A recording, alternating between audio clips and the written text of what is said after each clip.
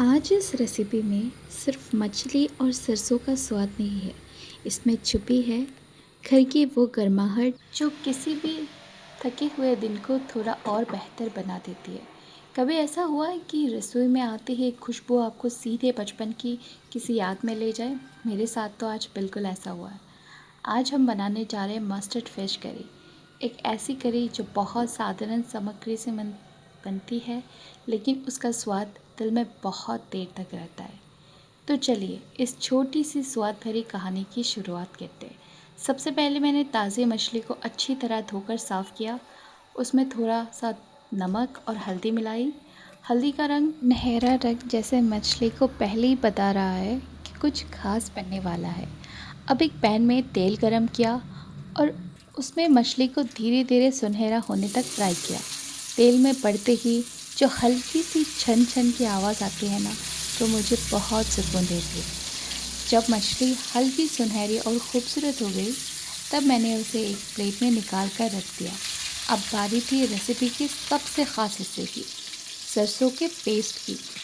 मैंने एक मिक्सर में एक हरी मिर्च, थोड़ा सा नमक और काली सरसों और पीली सरसों को मैंने अच्छे से धोकर उस मिक्सर में रख दिया। फिर थोड़ी थोड़ी पानी डालकर मिक्सर में पीसा। मिर्ची और नमक भी ऐड किया था। फिर धीरे धीरे दोनों को मतलब एक साथ मिलाया और चिकना पेस्ट बनने तक मैंने इसको असली जादू छुपा होता है। अब एक छोटे से बाउल में थोड़ा पानी लिया, उसमें हल्दी और लाल मिर्च मिलाकर एक पतला घोल तैयार किया। दूसरे बाउल में सरसों का पेस्ट निकाला और उसमें थोड़ा और पानी मिलाकर उससे करी के लिए तैयार किया। अब वही पैन में जिसमें मछली फ्राई की थी, उस तेल में पहले ही मछली की खुशबू बसी हुई थी। मैंने उसमें थोड़ा सा काला जीरा और मिर्ची डाली। जैसे ही उनका तड़का उठने लगा, रसोई एक प्यारी सी खुशबू में भर गई। उस पल ऐसा लगा जैसे पूरा घर धीरे धीरे खाने की मेज पर आसपास इकट्ठा होने वाला हो। अब मैंने हल्दी और मिर्ची वाला घोल पैन में डाला, धीरे धीरे उसे पकने दिया। फिर सरसों का पतला किया हुआ पेस्ट भी उसमें डाला। फिर चम्मच से प्यार से उसे चलाते हुए सब स्वादों को एक दूसरे से मिलने का मौका दिया। सरसों की खुशबू और मसालों की गर्माहट और उस तेल का स्वाद सब मिलाकर एक खूबसूरत करी का रूप लेने लगी। अब समय था कि हमारी सुनहरी मछली को वापस पैन में रखने का। मैंने एक एक करके सारी मछलियाँ करी में रख दी। फिर ढक्कन लगाकर इसे मीडियम से लो फ्लेम तक पकने दिया। और अब बस इंतज़ार, वो कुछ मिनटों का इंतज़ार, जब रसोई की खुशबू धीरे धीरे और गहरी होती जाती है। मुझे लगता था कि एक अच्छी रेसिपी सिर्फ पकती नहीं, वो धीरे धीरे बनती है। उसे समय चाहिए, जैसे रिश्तों को चाहिए, जैसे यादों को चाहिए। कुछ देर बाद जब करी के ऊपर तेल हल्का हल्का दिखाई देने लगा, तब समझ आया कि हमारी मस्टर्ड फिश करी तैयार है। उस पल की खुशी हमेशा ख़ास होती है, जब मेहनत, खुशबू और स्वाद तीनों एक साथ मिल जाते हैं। गरम गरम चावल के साथ इसका पहला निवाला ले, सच कहूँ तो शब्दों में बताना बहुत मुश्किल है। सरसों का हल्का तीखापन, मछली की नरमी और घर के खाने का वो सादगी, यही तो असली सुकून होता है।